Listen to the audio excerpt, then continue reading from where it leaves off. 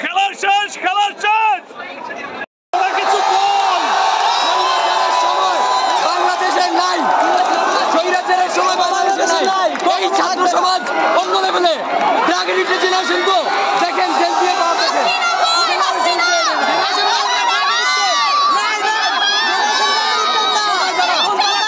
যারা আমাদের হত্যা করেছিল, যারা আমাদের ভাইকে হত্যা করেছিল, তুই বল কিছু বল। এক স্বৈরাচারকে বাংলাদেশ থেকে বিতাড়িত করছি, পুনরায় যাতে আর কোনো স্বৈরাচার বাংলাদেশের মাটিতে